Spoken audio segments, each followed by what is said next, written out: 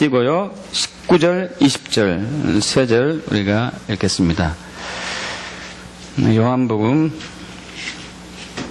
5장 17절 그리고 18절 건너뛰어서 19절, 20절입니다. 합독할까요?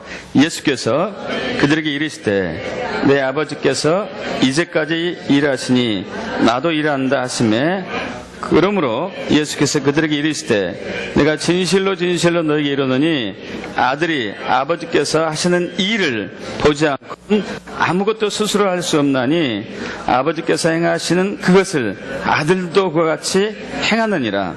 아버지께서 아들을 사랑하사 자기가 행하시는 것을 다 아들에게 보이시고 또 그보다 더 큰 일을 보이사 너희로 놀랍게 여기게 하시리라. 할렐루야. 아멘.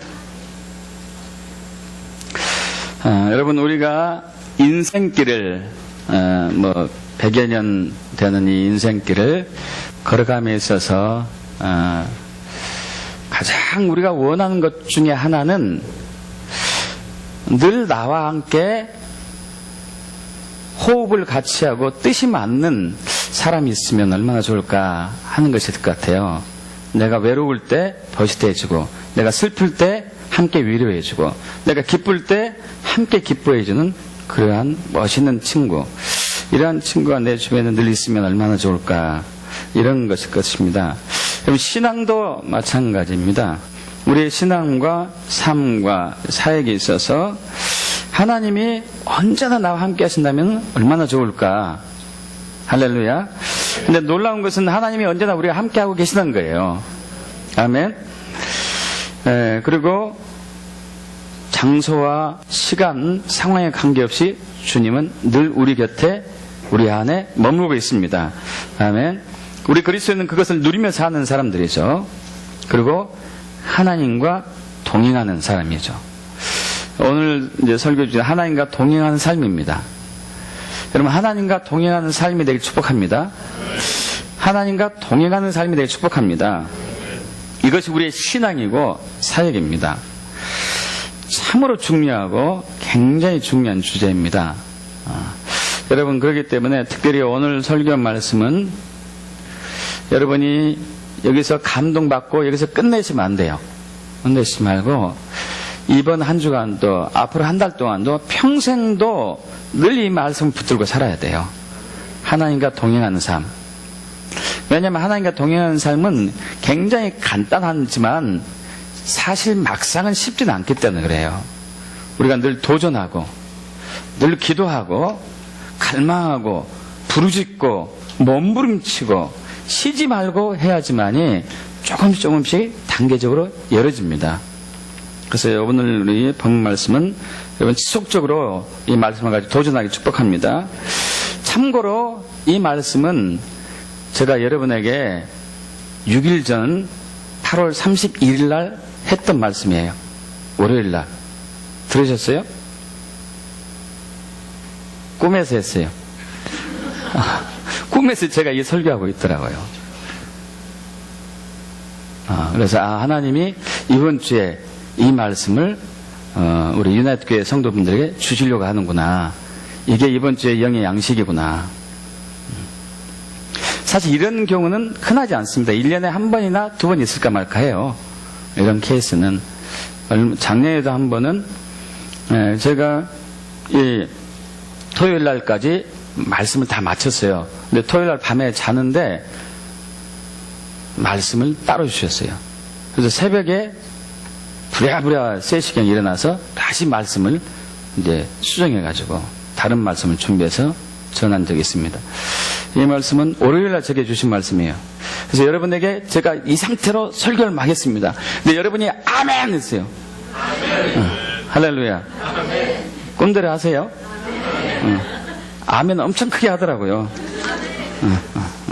할렐루야. 여러분 하나님과 동행하는 삶이 되면은 어떠한 역경과 환난도 두렵지 않습니다. 그렇게 되게 축복합니다. 우리 다윗이 그랬잖아요. 시편 23편 4절 내가 사망의 음침한 골짜기로 다닐지라도 해를 두려워하지 않을 것은 주께서 나와 함께 하심이라. 하나님 나와 동행하십니다. 여러분, 어렵고 힘든 상황이 있습니까?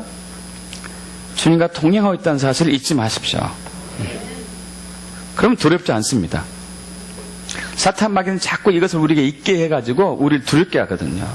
그럼 두려우면은 의심이 생겨요. 불신이 생기고 우리에게 믿음을 잃게 만들죠. 그런데 우리는 우리 주변에 항상 하나님이 계시다는 것을 잊지 말아야 되는 것이죠. 그러면 하나님과 동행하는 삶이 되면은 어떠한 난관도 돌파할 수 있습니다. 아멘. 할렐루야. 여러분 앞에 어마어마한 산이 버티고 있을 수 있어요. 난관이 버틸 수 있어요. 그러나 하나님과 동행하는 사람은 이것을 돌파할 수 있습니다. 오늘 아침에 이렇게 차를 타고 우연하게 휴대폰으로 인터넷을 봤는데, 인도인가 동남아시아 어딘가 모르겠어요. 어떤 사람이요, 산이 있는데 이 산을 혼자 힘으로 중간을 깎았어요. 22년간 혼자. 이렇게 거대한 산인데 가운데를 이렇게 했어요. 22년 동안. 왜 이렇게 했습니까? 그랬더니 20몇 년 전에 자기 아내가 질병을 앓았는데 이 병원 있는 데까지 가기에는 이 산을 넘어서 가는데 오래 걸린대. 50km. 그런데 아내가 죽었어요. 그래가지고 정말 이런 일이 다시는 있어서 안 되겠구나 해가지고 혼자 삽하고 망치로 했어요. 아침 새벽 4시에 일어나가지고 한 8시까지 파고 일하러 가고 끝나면은 또 가서 또 파고. 사람들이 저러다 죽을 줄 알았대요. 근데 보니까 진짜 뚫어졌어요. 길이 났어요. 그래서 50km가 15km로 단축됐다니까요. 그래서 이것을 영화로 또 만들었답니다. 여러분, 사람도 이렇게 거대한 산이 있어도 뚫는데 우리 믿는 사람이 왜 뚫지 못하겠습니까? 할렐루야. 다윗이 골리앗 앞에서 한 것이 그거였죠. 골리앗. 다윗은 키가 보통 키였던 것 같아요. 서양 사람으로서. 거기 동양이지만. 그런데 골리앗은 무려 3m 가까이, 보통 사람의 2배 가까이 된 엄청난 거대한 장군이었죠.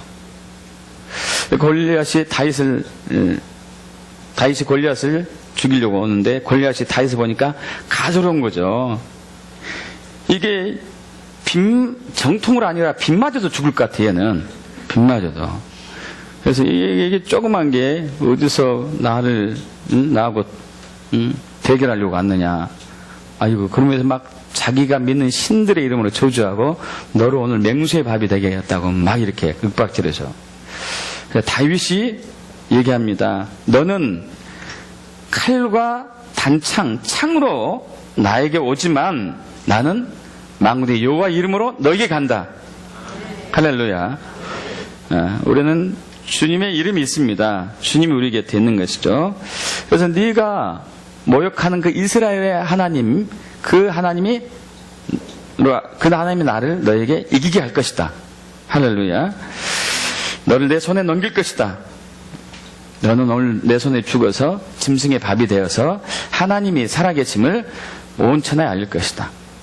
이것은 바로 하나님의 구원이, 여호와의 구원이 칼에 있지 않고 하나님의 있음을 알게 하고, 이 전쟁은 사람에게 속한 것이 아니라 하나님께 속한 것임을 깨닫게 할 것을 너희가 알 것이다. 여러분, 하나님과 동행하는 사람은 어떤 난관도 돌파할 수 있습니다. 또 하나님과 동행해야만이, 여러분 마태복음 13장 1절 이하에 쭉 나오는, 처음에 나온 천국의 비유에서 30배, 60배, 100배, 100배, 60배, 30배 열매 맺는 삶이 가능합니다. 하나님과 동행하는 삶이 되어야지만, 하나님과 동행하는 삶이 되게 축복합니다. 1981년도부터 멕시코에서, 원래 캐나다 사람이었는데요, 미국에서 선교활동하고 했던 데이비드 호건, 한번 말씀드린 적 있죠. 1981년부터 지금까지 멕시코에서 선교활동하고 계신 데이비드 호건 목사님이 계시죠. 이분은 하나님의 강력한 권능의 힘으로 죽은 사람을 수백 명 살렸고, 몇 년 전까지 400명인데 지금은 더 살렸을 것 같아요. 500명 넘었을 것 같은데 교회를 700개 이상을 세웠어요. 참 놀랍죠. 교회 한 개 세운 거 정말 만만치 않은데 700개를 세웠습니다. 여러분 멕시코는 그리고 범죄가 많잖아요. 여러분 이제 뉴스 같은 데 보면은 막 갱들이 사람을 한두 명이 아니고 집단으로 막 10명, 20명, 100명씩 땅에 묻고 경찰이 여기 협조하고 막 뇌물 받고 이런 이제 살벌한 도시인데 여기에서 700개 교회를 세웠어요. 엄청난 열매를 맺는 것이죠. 그런 열매가 나타나면 축복합니다. 그리고 하나님과 동행하는 사람은 하나님만이 할 수 있는 일이 나타나요. 하나님만이 할 수 있는 일, 사람이 할 수 있는 일이 아닌 하나님만이 할 수 있는 일. 할렐루야. 그래서 이 데이비드 오건 목사님이 1997년 간증한 것을 조금 잠깐 나누고자 합니다. 이분이 이제 1995년 9월 달에 경험했던 것인데요. 원래 이분도 금식을 자주 했던 것 같아요. 그래서 9월 달을 또 금식하는 기간이 왔습니다. 여기도 3일씩 금식해요. 3일씩. 그래서 이제 멕시코에서 동역자들과 금식을 하게 되었습니다. 선교 동역자들과. 근데 3일 동안 금식했는데 감동으로 금식을 더하라는 감동을 받았어요. 그래서 일주일을 연장했습니다. 일주일 연장했는데 그때부터 엄청난 임재 속에 잠겨요. 강력한 막 그 파워 속에 이렇게 느끼고 있는 것이죠. 그래서 이 데이비드 오건 목사님이 자기와 선교 같이 동역하는 목사님들 다 불러 모았습니다. 다 불러 모았더니 한 5, 60명 오셨어요. 5, 60명 와가지고 주님이 지금 함께하고 계십니다. 이 함께하고 계는데 이때 우리가 강력한 하나님의 놀라운 일이 일어날 것을 믿습니다. 함께 갑시다 하면서 멕시코 지역에서 가장 보수적인 지역, 기독교를 혐오하고 기독교를 미워하고 반대하는 이 지역에 가서 복음을 전하자 해가지고 1995년 10월 25일 수요일 날 집회 첫날 되었습니다. 그때 약 450명이 모였고 200명의 목회자들이 함께 있었습니다. 첫날 성령의 엄청난 임재를 느꼈어요.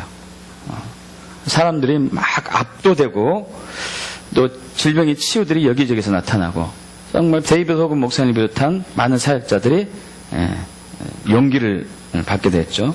둘째 날 목요일 날 10월 26일 날 더 역사가 컸습니다.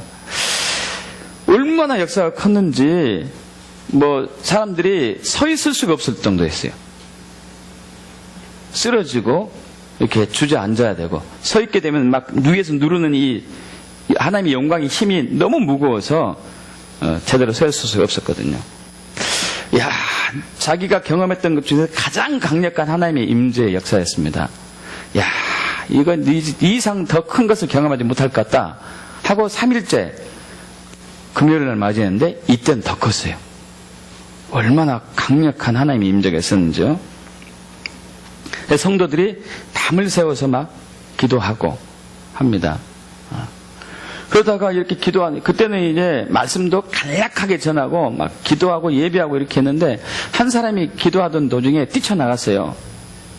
나중에 알고 보니까요, 이 사람이 27년 동안 귀가 안 들렸는데 예배 중에 이게 뚫어진 거예요. 근데 너무 소리를 처음 들었는데 이렇게 소리를 크게 막 찬양하고 하니까 막 시끄러워가지고 도망간 거예요. 너무 힘들어가지고. 할렐루야. 강력한 역사가 일어난 것이죠.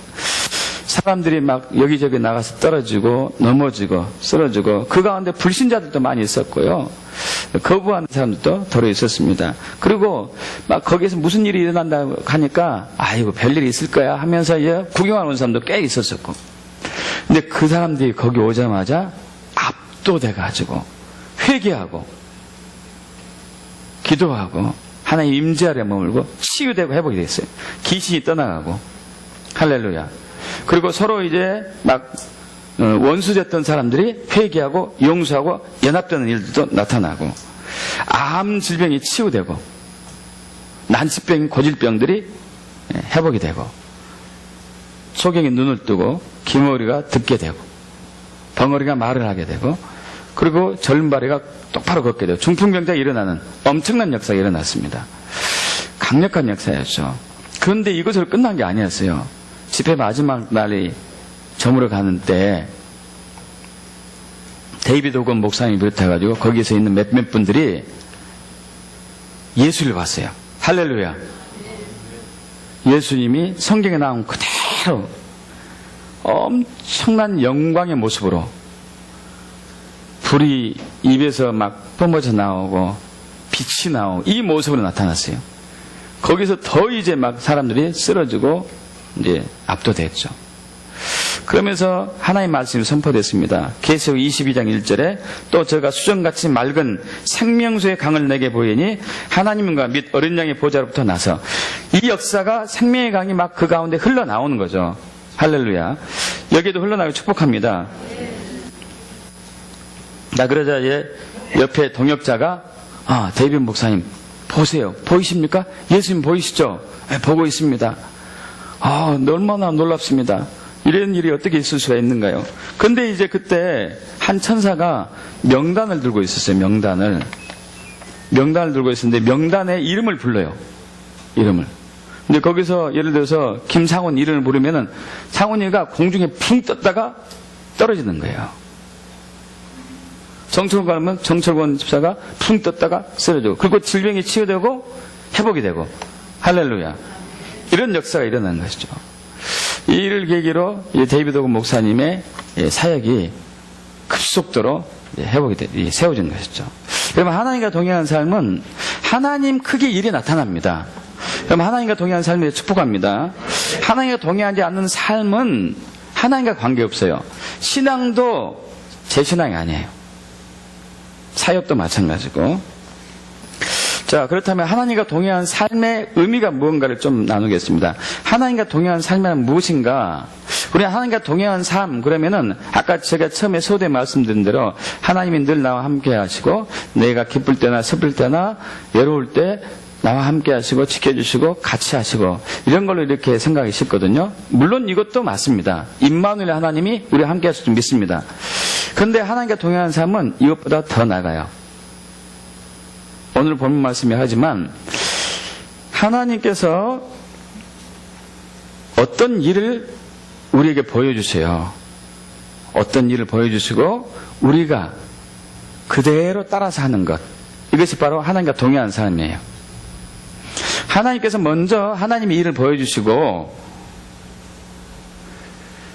우리가 그것을 믿음으로 순종했을 때 하나님 크게 일이 나타나는 거예요. 할렐루야. 잘 여러분 이해하시기 바랍니다. 하나님 먼저 하나님의 일을 보여주세요. 그리고 우리가 믿음으로 동참하는 거죠. 오늘 본문 말씀은 예수님께서 요한복음 5장에 있는 말씀인데, 베데스다 연못가에서 38년 된 병자를 고치고 난 이후에 그날이 안식일이었는데, 왜 안식일 병을 고치냐 하면서 바리새인과 예수님의 논쟁 가운데 예수님이 선포하신 말씀인데, 여러분 예수님께서 안식일 날 베데스다 연못가를 지나가게 되었습니다. 그 연못, 베데스다 연못은 이런 이제 전설이 있었었죠. 1년에 한 번씩 하나님의 천사가 거기에 오는데, 그 천사가 올 때마다 그 물이 이제 움직이는 거죠. 잔잔한 물이 막 움직이고, 그 물이 움직였을 때 사람들이 그 연못에 빠지면 질병이 낫는다는 이것이 있었거든요. 그래서 전국에 병든 사람은 베데스다 연못가에 항상 진치고 있었었죠. 그래서 물이 움직일 때를 기다렸다가 들어가곤 했었는데, 38년 된 병자, 들것에 누워있는, 움직일 수 없는 그 병자가 베데스다 연못가에서 누워 있습니다. 근데 이 사람은 움직일 수 없기 때문에 자기가 들어가고 싶어도, 굴러서라도 들어가고 싶어도 다리가 상한 사람이 먼저 이제 들어가서 그 베데스다 연못에 물이 움직일 때 들어가서 치유받곤 했기 때문에 이분은 그 오랜 세월 거기 있었어도 치유를 못 받았던 것이죠. 자, 그러다가 예수님께서 보시면서 말씀하셨죠. 네가 낫고자 하느냐? 그러자 그 이제 38년 병자가 얘기하죠. 그렇습니다만은 내가 가기 전에 다른 사람이 먼저 들어갑니다. 근데 예수님이 그러면 일어나 들것을 들고 걸어가라 했어요. 이분이 믿음으로 순종해서 치유가 됐습니다. 그런데 여기서 이제 제가 드리고자 하는 말씀은, 여러분 베데스다 연못가에 그 38년 병자 한 사람이 있었던 것은 아니에요. 많은 사람이 있었죠. 많은 사람이. 수많은 사람이 있었는데 한 사람만 주님이 치유했어요. 다른 사람 치유했다는 기록은 없는 것이죠. 왜 한 사람만 치유했을까? 그 사람이 너무 불쌍해서 그랬을까? 그럼 그게 아닙니다. 이따 나누겠지만은 하나님이 먼저 그 사람에게 일을 하고 계셨어요. 할렐루야. 먼저 성령이 그 사람의 머리 위에 손을 얹고 계셨어요. 이걸 예수님이 보신 거예요. 하나님 먼저 일한 걸 보신 거예요. 성령이 일하고 있으면은 그 사람이 믿기만 하면 치유되거든요. 할렐루야. 있습니까? 저번에 아까 말씀드린 대로 여기 이제 소공에서 파킨슨슨 질병을 앓는 그 사람을 치유할 때도 그분이 간증이 그래요. 목사님이 기도하기 전에 소망이 생겼대요. 뭔가 될 것 같은 소망이 생겼다는 거예요. 저를 처음 봤지만은. 그래서 제가 머리에 손을 얹고 기도하는 순간에 가슴에서 뭔가 빵 뚫린 것이 느껴진 거예요. 뭐가 휙 나가는 것이. 그러면서 왜 파킨슨 질병이 오면은 이제 사지 이렇게 떨잖아요. 이렇게 그 중풍 걸린 사람처럼. 근데 이것이 없어졌어요. 할렐루야. 하나님이 일하신 거죠. 제가 어떻게 할 수 있겠어요? 그럼 파킨슨 질병은 난치병이에요. 뇌에 도파민이라는 물체 이상이 생겨가지고 오는 질병이거든요. 이건 고질병이거든요. 현대적으로 고칠 수 없습니다. 침으로도 고칠 수 없는 것이고. 근데 치유가 된 거예요. 하나님이 하셨기 때문에. 할렐루야. 예수님은 베데스다 연못가에서 성령님이 38년 병자에게 일하는 것을 보셨습니다. 그래서 그분에게만 갔어요. 그래서 그분을 치유하신 거예요. 그분이 믿음으로 반응하니까 하나님의 능력이 들어가서 치유된 것이죠. 할렐루야. 자, 이것이 바로 이제 하나님과 동행하는 삶이에요. 하나님 먼저 일하시고 우리가 그것을 믿음으로 순종해서 동참하는 것. 여러분, 그런데 실상은 우리의 신앙이, 삶이, 사역이 그렇지가 않아. 우리는 주로 세 가지로 해요. 어떻게 하느냐? 하나님의 뜻과 관계없이 내가 열심히 하나님의 일을 하는 형이 있어요. 대부분 그렇습니다. 저를 포함해서 여러분들이 대부분 그래요. 하나님의 뜻과 관계없이 내가 이것이 하나님의 뜻이다고 일을 하는 경우. 두 번째는 하나님이 부르신 소명이 있는 사람이 있어요. 근데 소명이 있다 하더라도 하나님이 때가 되어서 열어줘야 되는데 그 전에 먼저 앞서서 일하시는 분도 있고, 또 한 사람은 감동을 받아요. 일하시는 걸 봤는데 해석을 잘못하는 분도 있고. 오늘 이 세 가지를 좀 우리가 점검하면서 하나님과 동행하는 삶이 무엇인가를 구체적으로 나누기 원합니다. 자, 먼저 우리가 제일 많이 실수하는 것은 하나님이 원하지 않는데 하나님이 꼭 원하는 것처럼 자기가 착하게 가지고 일하는 사람은 대부분이에요. 교회 내 대부분입니다.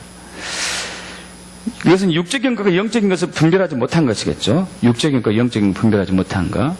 여러분, 사도행전 7장에 보면은 초대교회 첫 일곱 집사 중에 스데반이 순교를 당해요.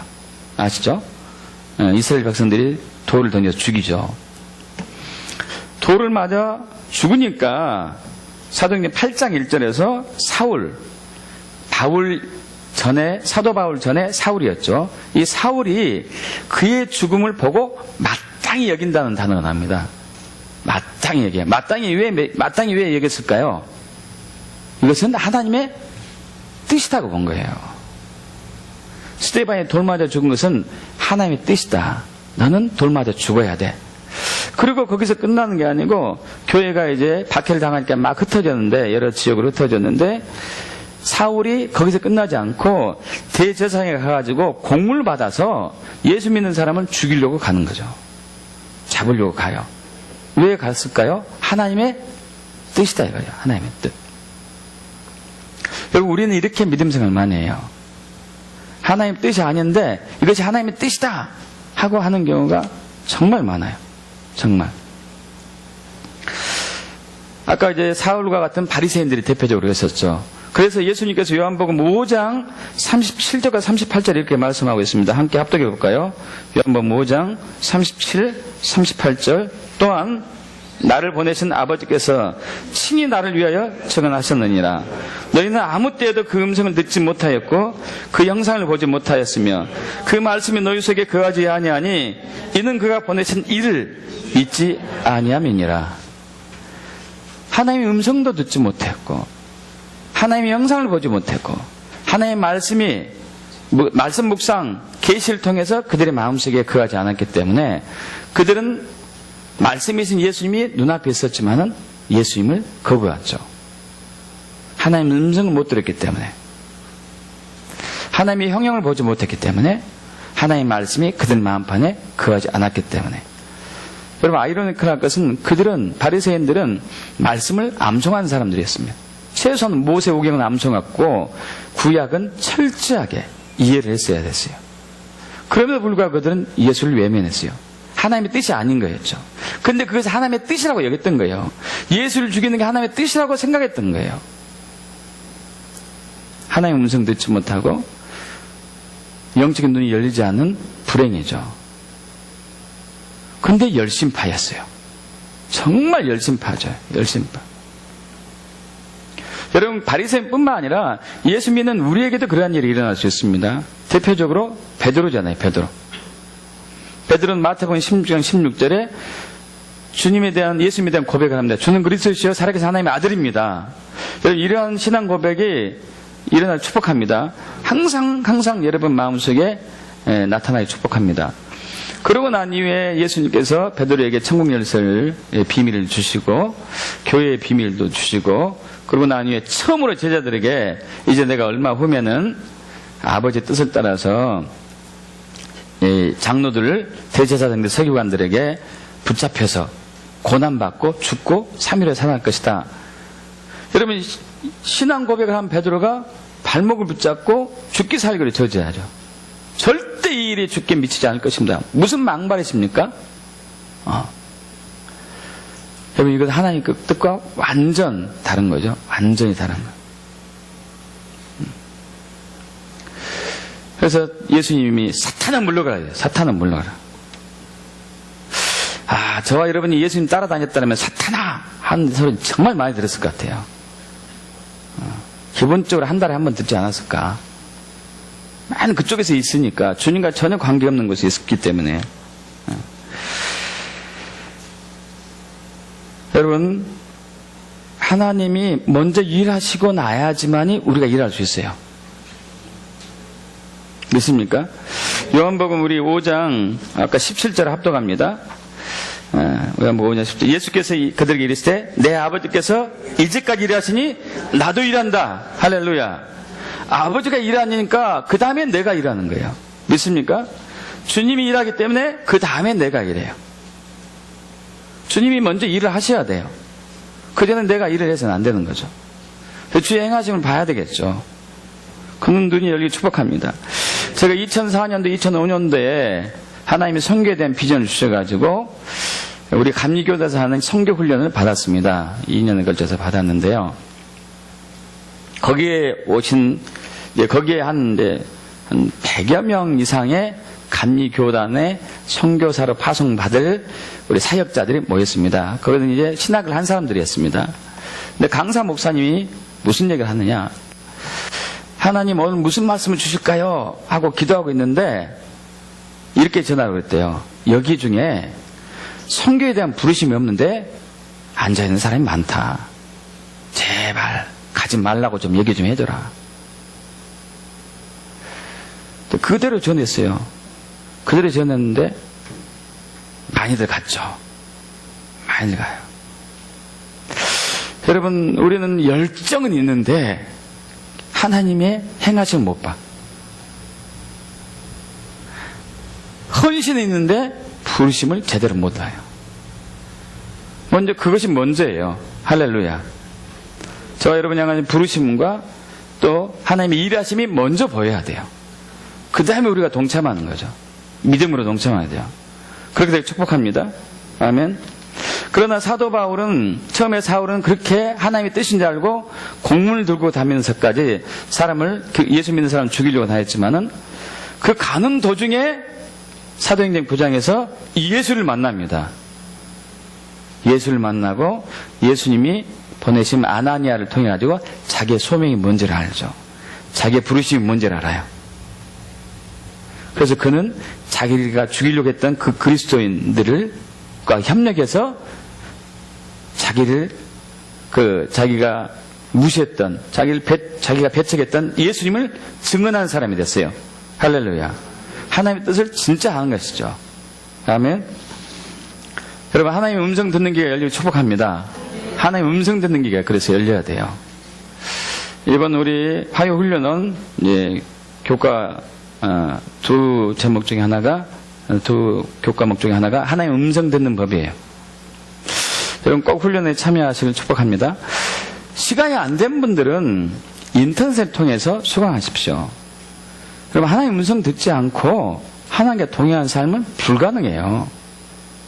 하나님의 행하심이 보이지 않는데, 하나님의 음성이 들리지 않는데, 아까 나왔잖아요. 우리 요한복음 5장 37절부터 38, 39절까지. 너희는 아무 때도 그의 음성을 듣는 적도 없고 그의 형상을 본 적도 없고 그의 말씀을 너희 안에 거하지 않는데 어떻게 나를 믿을 수 있느냐? 어떻게 내 일을 할 수 있느냐? 이거예요. 열리를 축복합니다. 그리고 그걸 위해서 여러분이 매진하셔야 돼요. 그냥 무턱대고 신앙생활 하면 안 된다니까요. 여러분 뜻만 이루어져요. 하나님 뜻은 이루어지지 않아요.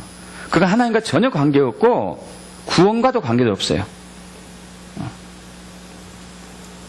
두 번째, 어떤 사람은 하나님의 부르심은 있어요. 소명되어 있습니다. 소명과 부르심이 있는데 역시 마찬가지로 하나님이 일하기 전에 먼저 자기 자원의 일을 하는 사람도 있어요. 대표적인 케이스가 모세죠. 모세. 여러분, 모세는 3,400년 전에 430년 동안 애굽에서 종살이 했던 이스라엘 백성들을 가나안 땅으로 인도한 위대한 이스라엘 영적인 지도자입니다. 하나님은 그를 태초부터 그렇게 부르신 것이죠. 근데 그는 태어난 시기에 아주 위험한 환경에서 태어났습니다. 바로 왕이 이스라엘 백성들이 너무 많이 인구 숫자가 늘어나니까 인구를 줄이려고 아들이 태어나면은 나일강에 다 빠져 죽게 하는 그런 극악무도한 정치를 했죠.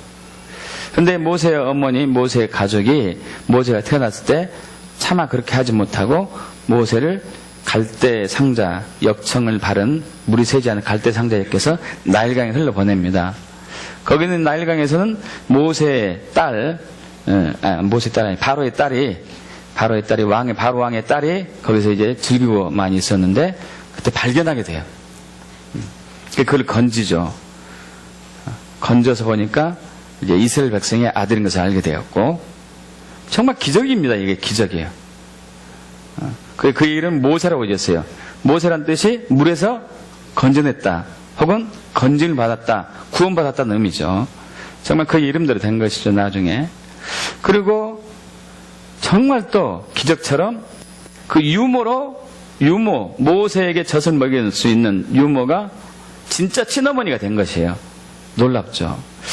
그 친어머니 밑에서 어린 시절 보내면서 아마 모세는 이스라엘에 대한 얘기를 많이 들었을 거예요.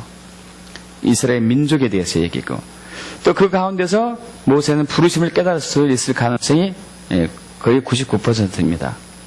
그래서 40살이 되었을 때 한 번은 밖에 나가 보니까 애굽 사람들이 이스라엘 백성들 일을 하는데 막 학대하고 막 하는 것을 보고 불이 나가지고 애굽 사람을 죽이고 땅에 몰래 묻었어요. 그러고 난 이후에 그 다음날 이스라엘 백성들끼리 싸운 것을 봤습니다. 그래서 잘못한 사람에게 가서, 아니 어떻게 민족과 민족이 싸우느냐, 그러니까 네가 잘못했지 않느냐, 사과하고 화해해라 하니까 그 사람이, 아니 누가 우리를 다스리는 자로 재판관으로 세웠느냐, 애굽 사람을 죽인 것처럼 나도 죽이려고 하느냐. 여러분, 하나님께서 모세를 그렇게 세웠습니다. 아시죠? 모세를 계획했어요. 원래 이 애굽에서 종살이하고 했던 이스라엘 백성들을 해방하는 민족의 지도자로 계획하셨어요. 자, 그런데 하나님이 일을 하기 전이었죠, 그때는.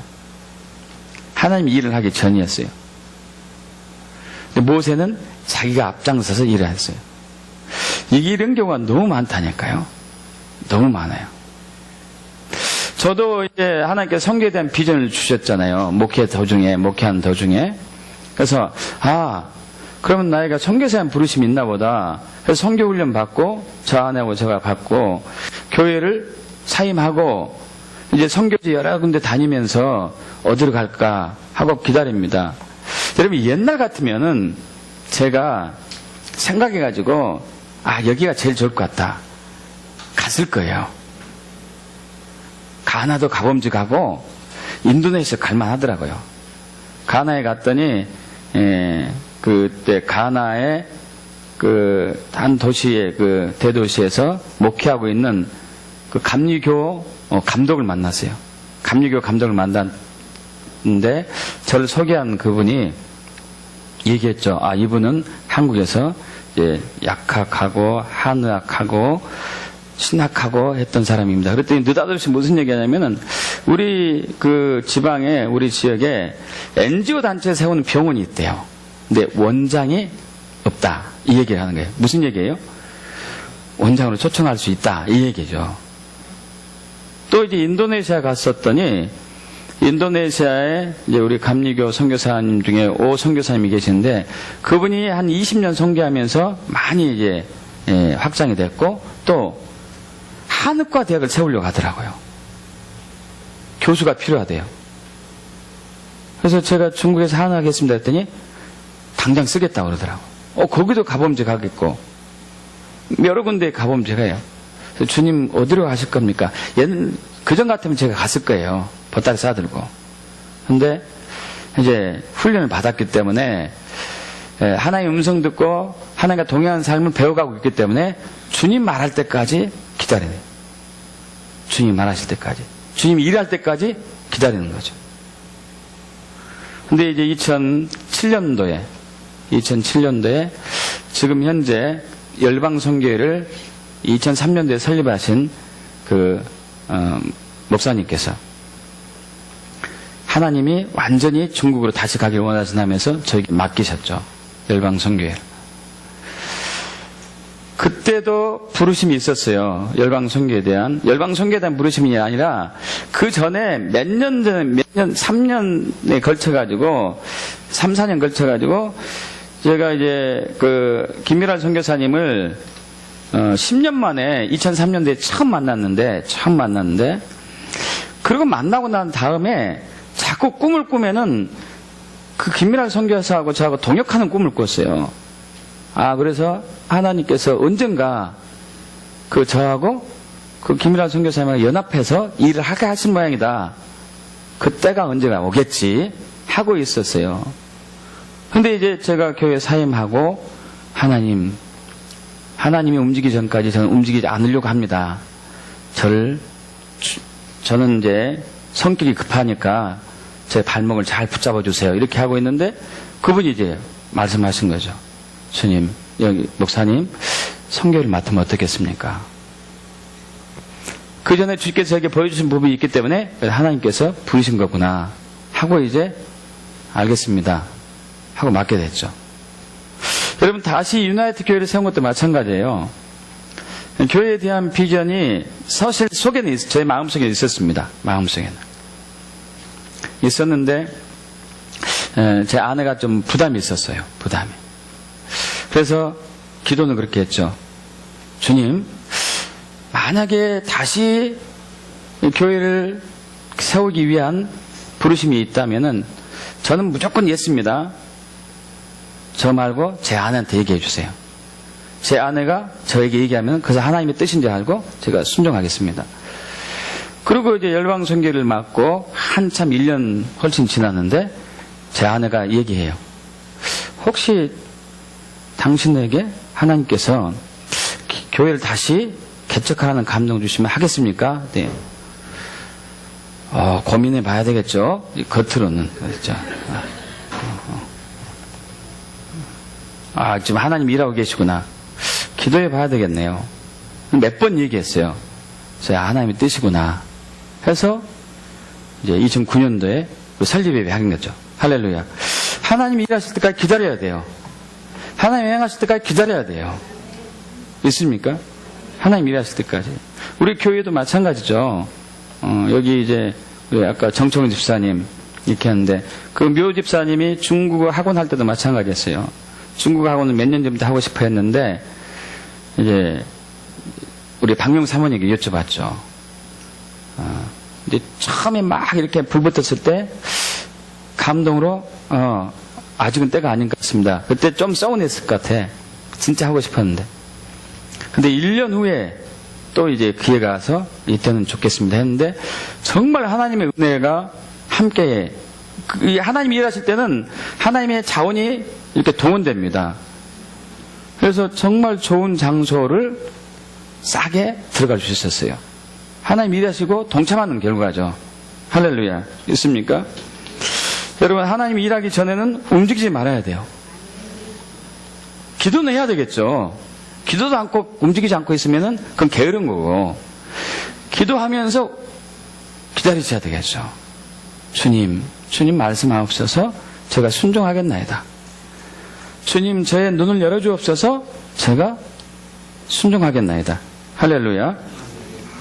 세 번째, 자 소명도 받았고 또 하나님 음성 듣는 게도 열렸어요. 열렸는데 해석을 잘못하는 경우, 적용을 잘못하는 경우, 이것이 근데 제일 또 힘든 부분 중 하나예요. 은사자들이나 하나님 음성 듣는 사람들이 가장 잘 빠지는 함정 중에 하나입니다. 그것이 하나님의 것인지 자기 것인지 사탄의 것인지 분별을 해야 되고 또 하나님의 것인다 하더라도 그것이 적용하고 또 해석함에 있어서 하나님의 지혜가 필요해요. 정말 쉽지 않습니다. 그래서 여러분 훈련이 필요해요. 훈련이 필요합니다. 여러분 영적인 꿈을 꾸고 환상 보시는 분들이 있습니다. 훈련하셔야 됩니다. 훈련하셔야 돼요. 정말 중요한 부분이에요. 대표적으로 성경에 이 사람들이 있습니다. 이런 케이스가 사도 바울에 대한 예언을 한 사람들이 있었어요.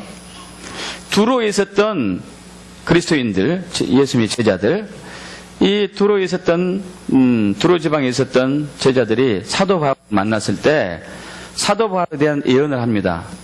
그때 사도 바울은 예루살렘에 올라가려고 작정하고 그 길을 가고 있었어요. 근데 제자들이 성령의 감동을 받아서 가지 말라고 그래요. 성령 감동이에요, 여러분. 사도행전 이제 우리 21장 제가 4절 읽을게요. 제자들 찾아 사도 바울이 제자들 찾아가지고 거기서 이래를 머물더니 그 제자들이 성령의 감동이요. 바울더러 예루살렘에 올라가지 말라 그래요. 예루살렘에 올라가지 말라. 근데 이것뿐만 아니라 사도행전 21장 8절에 이제 사도 바울이 가이사랴 지방으로 왔습니다. 가이사랴 지방 왔는데 거기 빌립 집에 머물고 있었어요. 빌립에 4딸이 있는데 그 4딸도 예언했어요. 예언. 근데 있는데 아가보라는 선지자가 왔어요. 아가보. 여러분 아가보 선지자는 사도행전 11장에서 이스라엘에게 대흉년이 있을 것이다 하고 예언했던 사람이에요. 정확히 맞았습니다. 그래서 준비해라. 양식을 다 모아놔라. 엄청난 흉년이 있을 것이다. 해서 그 위기를 넘게 한 위대한 선지자가 아가보예요. 아가보가 와가지고 바울에게 얘기합니다. 바울이 몸에 메고 있던 띠를 이렇게 벗기더니 자기 몸에 칭칭 감으면서 당신이 예루살렘에 가면은 이렇게 붙잡힐 것이다. 가지 말아라 그래요. 성령의 감동으로 본 것이죠. 근데 바울은 갔어요. 그리고 제자들이 감동받은 대로 아가보가 예언한 대로 붙잡혔습니다. 붙잡혔어요. 근데 갔어요. 그리고 바울도 알았어요. 사실 바울도 사도행전 21장에서 그 얘기를 합니다. 내가 붙잡힌다. 그래도 나는 간다. 이것이 하나님의 뜻이기 때문에. 여러분 우리가 예언 사역하고 성령 사역할 때 어떤 사람을 사역할 때 굉장히 안 좋은 것이 나타나면 하나님의 뜻이 아닌 걸로 우리가 알 수도 있어요. 그죠? 그럼 그 일을 하지 마십시오. 얘기하겠죠. 이 들어있는 제자들처럼 아가보 선지자. 이제 그것은 하나님의 뜻이 아닌 것이 아니었어요. 그렇게 붙잡힌 것이 하나님의 뜻이었어요. 이해가 가십니까? 그래서 하나님의 음성을 듣는다고 하는 사람들, 영적인 눈과 귀가 열려서 꿈을 꾸고 환상을 보는 사람들이 굉장히 조심해야 될 부분이에요. 여러분, 이건 훈련 받으셔야 돼요. 훈련 받아야 됩니다. 대표적으로 밥존수 목사님이에요. 그럼 밥존수 목사님은 얼마 전에 돌아가셨지만은 이 시대에 있어서 이 수천 년 전에 엘리야 같이 큰 감동이 있었던, 기름 부음이 있었던 선지자 중에 한 분입니다. 여러분, 이분이 샌프란시스코에 1980년도에 있었던 대지진을 예언했어요. 일본 2011년 3월 11일 대지진 예언했고, 또 카트리나 저기 미국 올랜도 지방의 대역 참사 홍수 그 예언했었고, 크고 작은 엄청난 일들을 예언한 사람들이었어요. 예언한 분입니다. 굉장한 사람이에요. 우리 여기서 훈련한 것은 작은 것이지만은 이분은 크고 작은 것들을 정확히 예언하고, 특별히 에이즈가 나타날 것도 예언했어요. 이분이 동성이 일어나가지고 하나님이 어마어마한 난치병을 보낼 것이다. 그것이 에이즈였거든요. 이렇게 귀한 분입니다. 이렇게 귀한 분이 아이약 마이클 목사님하고 사역할 때 갈등이 있었어요. 그래서 거기서 헤어졌습니다. 왜 갈등이 있었느냐? 워낙 위대한 선지자니까 아이압에 있던 교인들이 선교사 밥존수 목사님에게 가서 예언 좀 해주십시오 하는 거예요. 그러면 이제 밥존수 목사님이 내년에 집을 옮길 것 같은데, 그래서 이분이 이제 집을 옮길 거다 하고 집을 팔았는데 안 옮겨지네? 문제가 생긴 거죠. 문제가. 이런 일들이 여러 건 있었어요. 여러 건. 그렇게 위대한 선지자임에도 불구하고. 그래서 그때 마이클 목사님이 아이압에 가면은 24시간 중보의 기도집이 있습니다. 이 중보의 기도집에 예언사역하는 공간들이 있어요. 예언사역하는 공간을 처음에는 개방했는데 나중에는 코너로 다 몰았어요. 하나님의 말씀이 먼저고 하나님의 행하심이 먼저지 예언은 그 다음이다. 예언은. 이것은 분별해 봐야 된다. 검증해 봐야 된다. 훈련 받아야 된다. 여러분, 성경에서도 들어있는 제자들과 아가보가 정확히 봤음에도 불구하고 실수했어요. 위대한 선지자 중에 한 분 밥존수 목사님도 그런 경험이 있었을 거예요. 여러분, 정확지 않은 것이 아닙니다. 정확한 거에도 변할 수 있어요. 상황이 변할 수 있어요. 그래서 예언사역은 성령의 음성 듣는, 하나님의 음성 듣는 것은 훈련 받으셔야 돼요. 오랫동안. 그리고 예언사역 하는 분은 거기에 대한 책임을 져야 돼. 그래서 제 아내가 지금은 좀 그 부담이 내려졌나 모르겠는데요. 구로에 있을 때는 예언사역 정말 싫어했어요. 지금 되니까 알 것 같아. 왜냐하면 그 예언사역은 자기가 책임져야 되거든. 책임져야 되잖아요. 내년에 이사할 것 같습니다. 점장이처럼 얘기했는데 그 길이 안 열렸어. 이 사람은 움직였어요. 그거 어떻게 돼, 이게? 그것이 아니었는가 봐? 이럴 수는 없잖아요. 이럴 수 없는 것이지. 그래서 우리 교회에서도 물론 이제 오중에 직임 훈련하고 예언사역 하고 있지만은, 여러분, 기도를 이렇게 받는데 요청할 때, 저희 교회에서는 지금 현재 안영수 집사님만 공식적으로 사역자를 임명했어요. 저희 부부가 안 집사님 외에는 여러분이 함부로 기도 요청하시면 안 돼. 그리고 혹시 기도 요청을 받았다 하더라도 기도 요청 받은 사람은 반드시 목사님에게 가서 여쭤보십시오. 저는 이렇게 감동받았는데 어떤가 모르겠습니다 하고 해야 돼요. 그렇지 않으면 책임져야 돼, 그걸. 분별도 해야 되고. 이게 굉장히 중요한 부분이죠. 그래서 지혜롭게 해야 되네요. 말씀에서 나오죠. 고린도전서 14장 29절에 예언한 자는 둘이나 셋이나 말하고 다른 이들은 분별할 것이요. 할렐루야. 분별이 필요하다니까요. 여러분, 여기 이제 화요 훈련을 받으신 분들 이제 여러분 계시지만은 얼마나 쉽지 않습니까? 어렵습니까? 쉽지 않아요. 분별하고 또 검증해보고 또 해석하고 삶에 적용하는 것이 쉽지 않아요.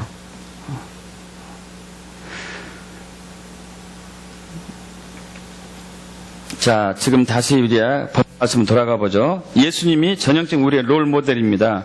요한복음 5장 17절, 19절, 20절 합작해 봅니다. 예수께서 그들에게 이르시되 내 아버지께서 이제까지 일하시니 나도 일한다 하시매 그러므로 예수께서 그들에게 이르시되 내가 진실로 너희에게 이르노니 아들이 아버지께서 하시는 일을 보지 않고는 아무것도 스스로 할 수 없나니 아버지께서 행하시는 그것을 아들도 그같이 행하느니라. 아버지께서 아들을 사랑하사 자기가 행하시는 것을 다 아들에게 보이시고 또 그보다 더 큰 일을 보이사 너희를 놀랍게 여기게 하시리라. 할렐루야. 하나님과 동행한 삶 전형적인 말씀입니다. 7가지 단계예요. 첫째, 이제 17절에 있는 말씀, 하나님이 일하세요. 하나님이 저와 여러분 주변에서 일하고 계시면 믿으십시오. 하나님이 일하고 계세요. 제 주변에서, 여러분 주변에서. 할렐루야. 일하고 계세요. 그 다음에 저와 여러분이 일해야 돼요. 그러니까 예수님이 나도 일한다 이렇게 나오죠. 자, 그리고 19절로 가서 19절에 다시 한번 합독해 볼까요? 그래서 그러므로 예수께서 그들에게 이르시되 내가 진실로 너희에게 이르노니 아들이 아버지께서 하신 일을 보지 않고는 아무것도 스스로 할 수 없나니. 세 번째 단계는요, 나는 스스로 아무것도 할 수 없다. 저와 여러분 스스로 아무것도 할 수 없어요. 자, 이 아무것도 할 수 없다는 게 하나님이 일을 할 수 없다는 얘기예요. 하나님 크게 일을 할 수는 없죠. 저와 여러분은. 그래서 자, 세 번째 단계가 나는 스스로 아무것도 할 수 없다 이거예요. 첫 번째는 하나님은 내 주변에서 일하십니다. 믿으십시오. 저와 여러분도 일해야 되는데 우리는 아무것도 할 수 없어요. 그래서 네 번째, 하나님의 행하심을 봐야 돼요. 할렐루야. 하나님의 행하심을 아들이 아버지께서 하시는 일을 보지 않고는 아버지께서 행하신 일을 봐야 돼요. 네 번째 단계는. 보기를 축복합니다. 보기를 축복합니다. 그리고 19절 마지막에 아버지께서 행하시는 그것을 아들도 그같이 행하느니라. 다섯 번째 단계는 하나님의 행하심을 보고 그대로 하는 거죠. 그대로예요. 그대로. 가감 없이. 이게 쉽지 않아요. 저번에 말씀드렸잖아요. 미국에서 목회하고 있는 그분이, 자기 교인 중에 한 분이 졸지에 갑자기 온 가족이 교통사고 다 죽고 자기가 딸랑 혼자 남았는데 뭐라고 위로를 못하네. 그분이 어떤 계기로 인해 가지고 새벽 예배에 한 달 만에 나오게 됐는데, 그분 위해서 위로 기도하려고 하니까 하나님께서 온 가족이 일어서 비통에 빠지는 그분에게 하신 말씀이 회개하라고 해라. 이거 쉽지 않습니다. 교인들이 뺑 돌려가지고 그분의 사정을 알고 목사님이 참 위로를 많이 해줘야 할 텐데 기도로서, 그래서 슬픔을 극복하고 일어날 텐데 이렇게 쳐다보고 있는데, 같이 이제 기도하려고 이렇게 손 뻗고 있는데 회개라고 그러네요. 이거 왜 못해요. 이게 잘 쉽지 않습니다. 못한 거잖아요. 쉽지 않아요. 쉽지 않아. 그래서 여러분, 하나님이 행하시는 거 보고 그대로 행할 때는요, 내가 바보 같을 수도 있어요. 바보 멍청해 되도 좋다는 각오가 있어야 돼요. 저도 마찬가지였습니다. 2006년도에 이제 선교 가려고 모든 거 다 내려놨습니다. 모든 거 다 내려놨는데 주님이 말씀 안 하시네. 1년이 지나도. 주변에서 뭐라고 그랬을까요? 저 사람 목회하기 싫어가지고 그냥 내려놓는 모양이다. 이런 소리가 얼마나 많이 왔는지 몰라. 그렇지, 약국 가는 게 돈 더 많이 벌지, 목회하면 얼마나 고생해. 이런 소리 얼마나 많이 들었나 몰라요. 그러나 기다리는 거죠.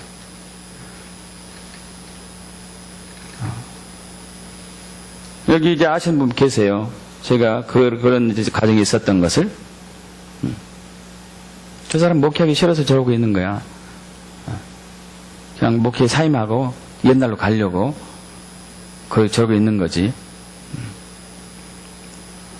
여러분, 하나님 음성 듣고 그대로 행할 때는 하나님 크게 일에 나타나지만 그 과정 속에서 어떠한 일이 있어도 우리는 순종해야 되는 그러한 마음의 중심이 필요하죠. 할렐루야, 할렐루야. 자, 그리고 여섯 번째 단계 20절 합독합니다. 아버지께서 아들을 사랑하사, 할렐루야. 아버지께서 아들을 사랑하사. 여러분, 하나님 음성 듣는 데 있어서 가장 중요한 것은 하나님과 저와 여러분의 친밀함이에요. 사랑의 친밀한 교제. 친밀함이 없이는 절대 하나님의 길을 보지 못합니다. 하나님의 뜻을 알지 못해요. 하나님의 행하심을 보지 못해요.